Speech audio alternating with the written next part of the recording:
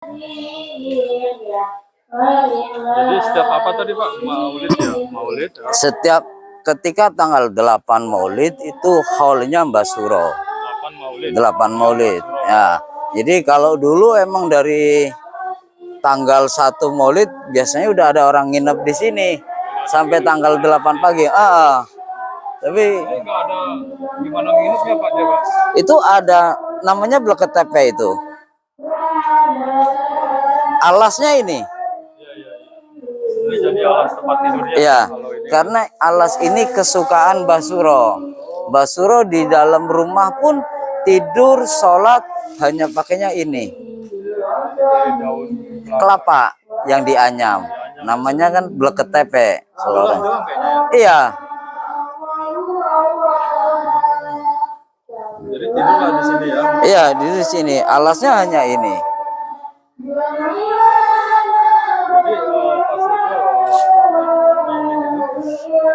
Jadi kegiatan acaranya ya ketika malam habis maghrib kami mulai masak nasi kuning. Ya, sampai batasnya itu azan subuh.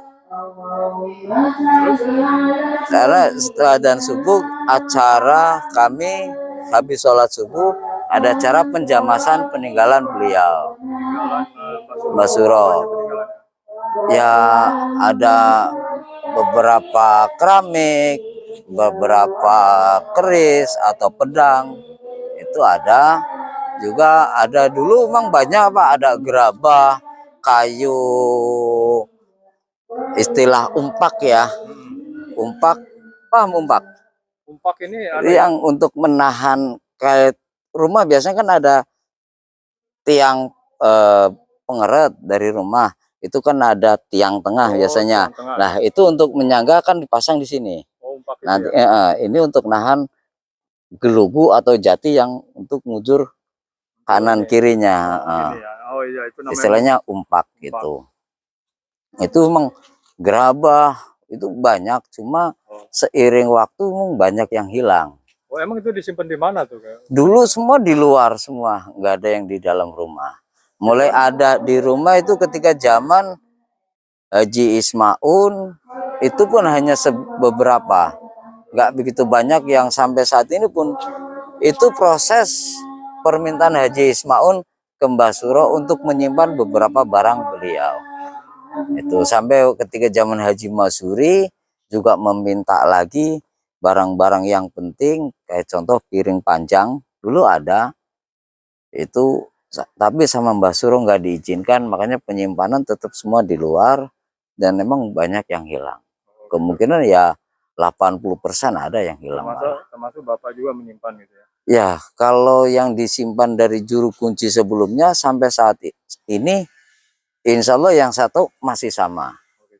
Yang Pak Abdul Haq tadi kan ya? Iya. Itu udah juru kunci yang keberapa ya? Kalau saya juru kunci yang ke-7.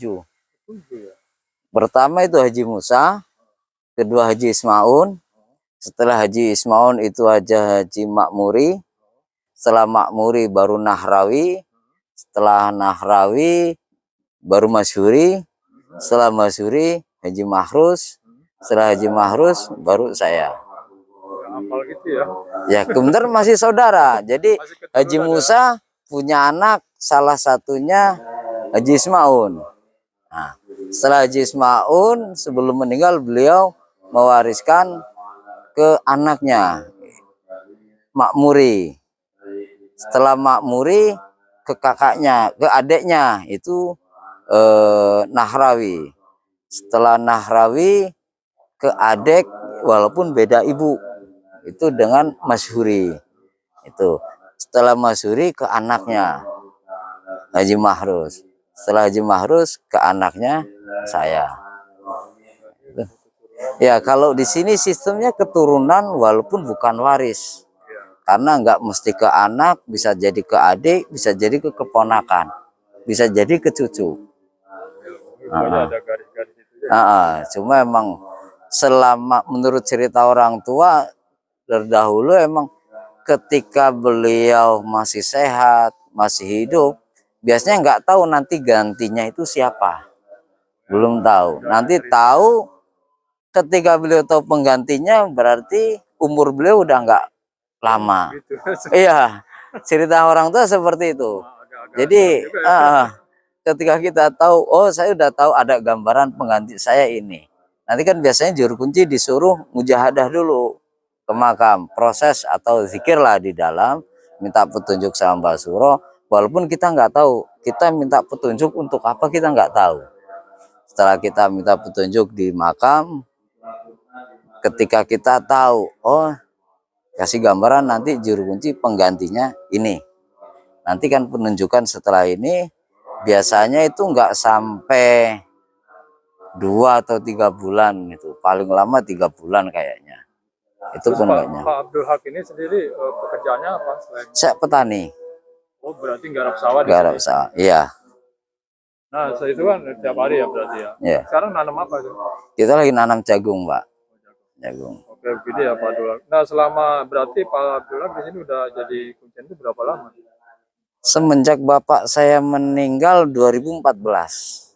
14. Ya, bisa dibilang 8 tahunan lah. 8. Ini baru 2022. Oh iya 8 tahun. Hampir 10 tahun ya. Ya. Nah itu terus ada kejadian apa itu yang pernah dialami? Kalau kejadian kita orang awam kemungkinan nggak ada, Pak. Iya. Atau selama ini ada yang ini tirakatan atau Ya kalau orang tirakatan kan di dalam sini pengawasan sering. Pak Abdul Haq Ya, walaupun dalam pengawasan tapi maaf ketika siapapun yang entah mendapat isyarah, entah mendapat petunjuk apa atau beliau mendapat hadiah apa, kita nggak berani cerita ke orang lain itu. tapi dia cerita ke Pak Abdul. Ya walaupun mayoritas peziarah itu cerita Oh, Pak, mayoritas. saya mengalami ini gitu. dia Iya, cerita ya, Pak. kadang ada yang entah lewat mimpi, ada yang bilang saya ketemu orang atau saya dapat ini, dapat itu. Biasanya peziarah cerita. Jadi katanya apa yang ini ya. Saya hanya sekedar bertanya aja ya. Katanya ada yang utangnya banyak gitu ya. Iya. Ke sini gitu. Apa itu benar apa gimana? Ya, kalau itu ya hampir sih ya mayoritas orang hidup pasti punya hutang. Kesulitan Ya, hidupnya kesulitan. Kalau saya katakan semua yang ke sini mayoritas dalam keadaan terpuruk atau dalam arti dalam keadaan salah gitu. bermasalah entah ketenangan hidupnya atau apa. Kadang orang sini hanya mencari ketenangan walaupun dunia banyak, tapi beliau lagi kesusahan entah hatinya atau pikirannya seperti itu. Apa yang dilakukannya di sini Pak? Ya di sini hanya zikir, Pak. Oh zikir. Hanya zikir. Kami hanya mengarahkan ketika kita di makam hanya zikir. Satu, kita sowan ke Mbah Suro atau Mbah Wali Suro, kita sowan. Kedua, di situ kita adabnya kita sowan karena beliau sudah nggak ada, kita kirim Fatihah untuk beliau dan itu kita hanya numpang zikir di tempat beliau. Setelah kita numpang zikir, kita numpang berdoa. Kita tetap meminta sama Allah. Hanya kalaupun toh Mbah Suro kita bawa, beliau hanya untuk wasilah, untuk perantara. Iya, tetap kita minta sama Allah. Dan di sini kita karena tempat beliau penuh berkah barokah, makanya kita numpang. Itu. Berarti dia kalau mau sholat 5 waktu keluar gitu. Kalau mau sholat mau di ruang kosong berarti sebelum makam itu kan karena nggak ada makam di depannya juga nggak ada makam boleh ya. Tapi kalau di sebelah timurnya emang itu nggak boleh karena apa? Sama kita sholat depan kuburan beliau kan. Makanya kalau sebelah sininya nggak apa-apa. Ataupun kami sarankan di musola ini. Kalau nggak mau ke masjid di musola sini. Tempat tidur ya. Ya sekarang hanya untuk istirahat ziarah. Itu. Terus itu apa dia kayak mau sholat itu kan air kan perlu. Itu kami siapkan kamar mandi. Kalau dari sini jalan duduk itu ada pintu kebuka. Itu bangunan sebelah barat. Itu yang gendengseng atau aluminium. Itu kamar mandi kita bikin khusus. Ya bukan khusus sih. Kita bikin untuk siapapun. Oh gitu. Dan pintu itu tidak pernah terkunci, terbuka. Lampu juga ada kalau. Terus biasanya orang istirahat itu berapa lama biasanya? Tidak pasti ya Pak, tergantung beliaunya masing-masing. Ada yang cuma 1 hari, Oh, ada ya? ada yang cuma 3 hari, ada yang 1 minggu. Kalau dulu lebih panjang. Ada kalau dulu sekitar ada orang Subang, Jawa Barat, itu Mas Casim, itu di sini sampai 7 bulan lebih malah. 7 bulan. Iya. Enggak ada yang cerita-cerita yang ini dia nggak bisa diceritain apa. Ya, maaf saya nggak bisa mencari, walaupun kadang umumnya lah ketika penembahan atau pepunden itu banyak entah mendapatkan barang, benda, atau istilahnya gaman, atau mendapat apapun, itu hal hampir semua tempat kalau saya katakan. Entah mendapatkan emas atau pusaka, itu menurut saya hampir semua penembahan ada kayak gitu. Oke lah, Pak Abdul Haq, ini terima kasih ya. Cukup? Ini, mungkin ada yang mau disampaikan. Ntar dulu. Jadi bagi Enggak lah. peziarah atau apa kan biasanya ada Ya, yang harus kalau memakai apa, berziarah ya pakaian yang sopan gitu aja. Sebelum kita sowan ke siapapun, ke khusus Mbah Suro ya, atau kita sowan ke makam wali atau peziarah manapun, dianjurkan ziarah dulu ke orang tuanya.